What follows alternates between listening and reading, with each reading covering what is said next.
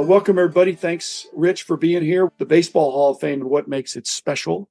Thanks, sponsors, Topps Panini, Upper Deck, Heritage Auctions, Huggins Scott Auctions, Mike Stadium Sports Cards, Burbank Sports Cards, ComC.com, and Beckett Media, Beckett Grading, Beckett Authentication. Rich, you've been to Cooperstown. I've been to Cooperstown.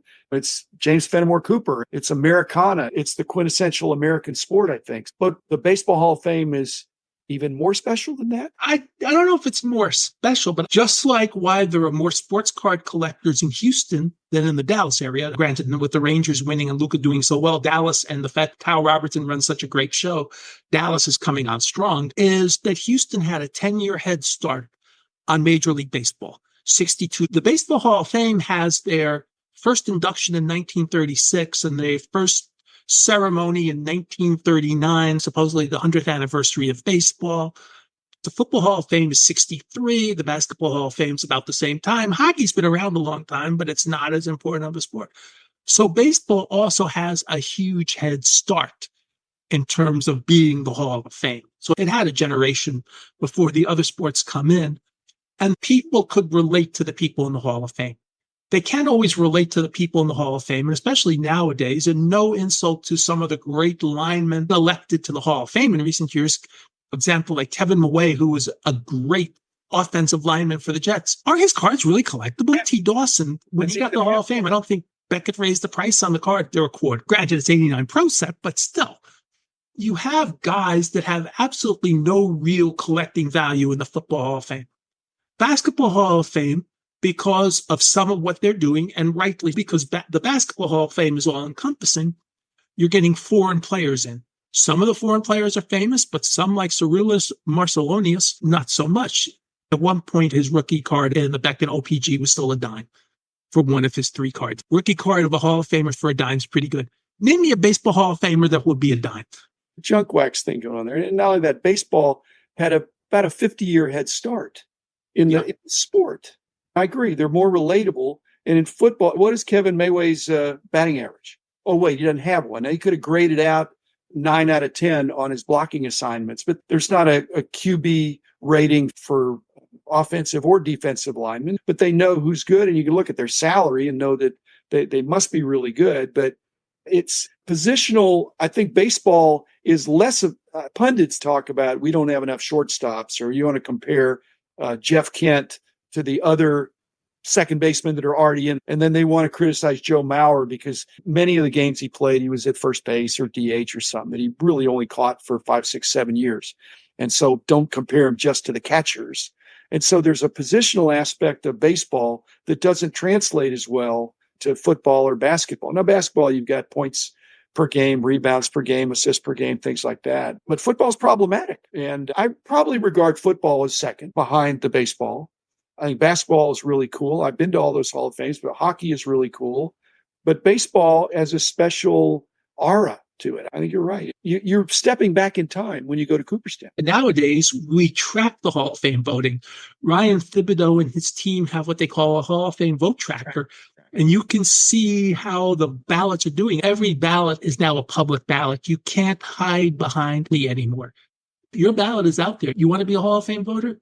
Your vote's going to show up at some point. You can't just hide and say, I only vote for Torrey Hunter. Not that anybody hopefully did that, but you can't just hide and say, my vote's a secret. Your vote comes out. I don't think the other sports have such public voting either. Torrey Hunter was a great player, but not a Hall of Famer. He has some local ties, and he was good for a long time, but not a Hall of Famer. I believe in the smaller Hall of Fame concept, but it's too late. The Hall of Fame has gotten big. There's people in there. They were all really good players. But I believe as a Ted Lasso fan, the concept of relegation, if you're at the bottom 10%, then you ought to challenge in, or it should be challenged out. And I think there's a lot of that in the Hall of Fame. Instead of, it's not practical, but you were to say, hey, you know what, we're going to add 5 people to the Hall of Fame, baseball, football, basketball, whatever.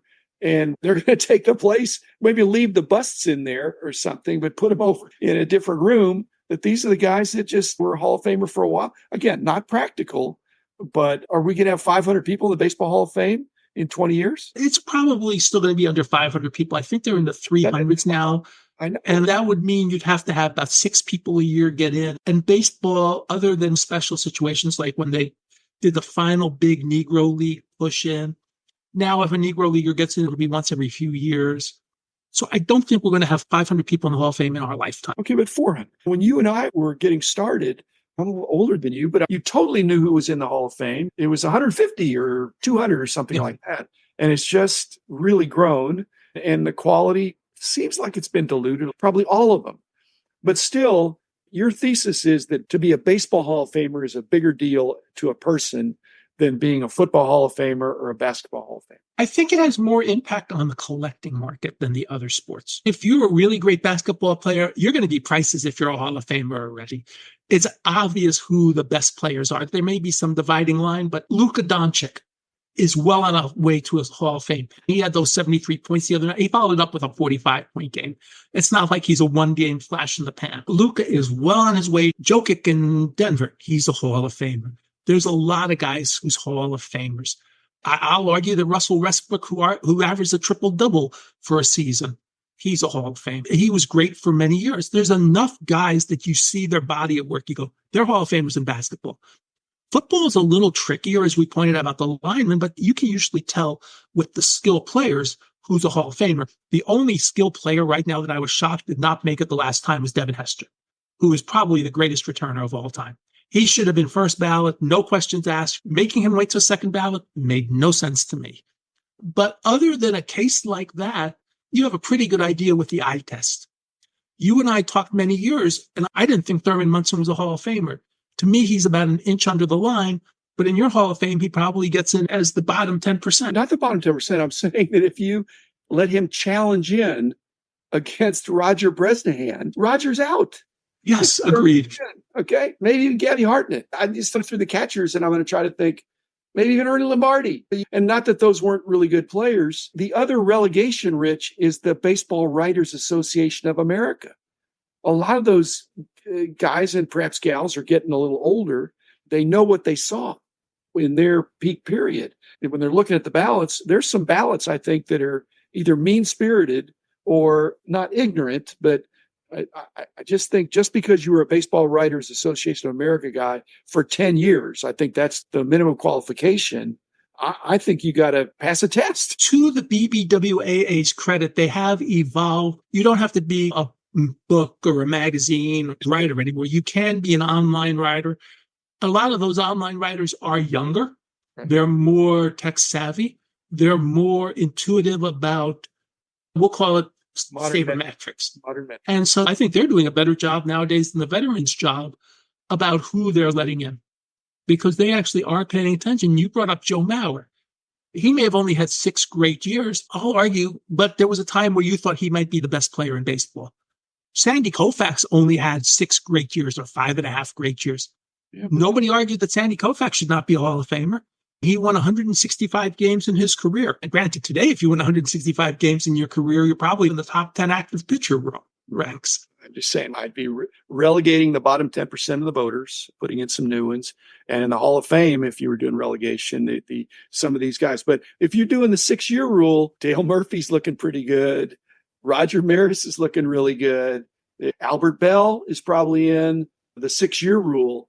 But okay, here's another point. I think baseball has, with very rare exceptions, the 10-year minimum. They want 10. I think there was one kind of exception. They let Addy Joss in because he got sick and basically died. He pitched for 1 game the year he died, and that was sufficient for the 10th year. In reality, Addy Joss played like 9.5 years.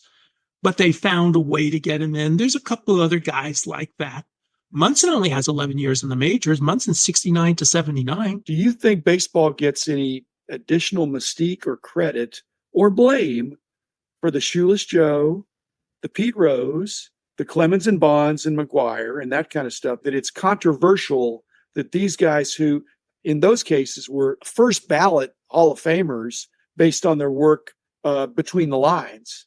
But I think the biggest and that issue is Barry Bonds, because Barry Bonds pre-steroid allegations was a Hall of Famer. Skip the last few years of his career. Before any of the allegations, he was already a Hall of Famer. Skip everything else. And to me, he's the biggest dividing line because you can't really argue about what he did before any of that occurred. Even Roger Clemens, you could say before that occurred, was borderline because there were pitchers like Luis Tiant, Tommy John, Mickey Lulich, the whole cadre of pitchers that are about where Roger Clemens was pre-steroid allegations. Barry Bonds is above that level. And yes, I understand the allegations. He was there before any of them. Get him in. Okay. He's also the least winsome, except for maybe Pete Rose. That's the problem. But my point is the Baseball Hall of Fame, of allowing that to just sit there and stew, the Baseball Hall of Fame, does it give it some not righteous indignation or purity that, hey, we're the Baseball Hall of Fame. We don't just let anybody in. We have higher standards. And so it always keeps coming up, those guys. And there's somebody in favor of each. In fact, there's a big constituency for each of those guys to put them in. But I'm convinced they're not going to put Pete Rose in until he dies. Pete Rose's issue is the gambling, which he has now admitted to. And as manager, it became a real issue. Even if he never bet on his team to lose, unless you bet your team to win every one of the 162 games, if you're a savvy bookie and Pete Rose is betting with you 90 games a year for his team to win, and he's not betting those every 72 games, you offload and you bet the Reds to lose on those games. Did he manage any differently on games that he bet to win rather than betting to lose? Pete Rose has more major league hits than any other person who ever lived. And Rose was, pre-Ricky Henderson, probably the greatest leadoff hitter of all time. And again, there's like dichotomy. There's the Pete Rose, the player, who is a first ballot, 100% Hall of Famer, unanimous. And there's Pete Rose, the person who, goofed up. The cardinal sin of baseball. It's in every clubhouse that you can't bet on baseball. But I'm just saying, but does the Hall of Fame itself get a benefit in some way of being strict, that people respect it? That if you get in the Hall of Fame and you've run that gauntlet and you've been voted in, that's what we're saying, is the Hall of Fame has a mystique that the other sports don't have. Alex Karras, Paul Hornung, both those guys bet on football. They were kicked out of the league for a year. They were suspended for a whole season. They're both in the Hall of Fame. Okay. Basketball, Connie Hawkins might have been implicated. He was cleared. He won a lawsuit. Okay. I'm trying to think of somebody else because I'm just. But Roger Brown was implicated too in the same scandal. He never filed a suit, but he also became an ABA superstar that got in, and he never did go to the NBA. Great player. But that shows that baseball has treated this issue different and more conservatively. I guess that's what I'm getting at. For like baby boomers, it's very conservative. And when you talk to different generations, they say, what's so bad about that? But one of the issues today versus yesterday is, look, how often do you watch TV and you see a DraftKings advertisement or any of these other gambling things, and the players don't know all the rules about how they can and can't gamble off their phones? They're gambling from their phones. They may not be gambling on the sport. They may be gambling on college basketball in the NFL camp, which you're not supposed to be doing. I think that's where some of these people get it, where when you and I were younger, gambling in sports, it existed, but there was no official match. Now they're all corporate sponsors of the leagues, and that throws some people off. And the Hall of Fame has taken a stand basically saying, Pete Rose, you gambled on baseball. You're not getting in. So I think you're right. There is that higher standard to some extent. And that makes the Baseball Hall of Fame seem more exclusive. It's hard to get into any of these Hall of Fames, but maybe there's an additional cut that baseball has historically, and they're sticking to it. And maybe in our lifetime, they'll loosen it up, but not in some of these players' lifetimes, perhaps. So thanks, Rich. That was a fun conversation.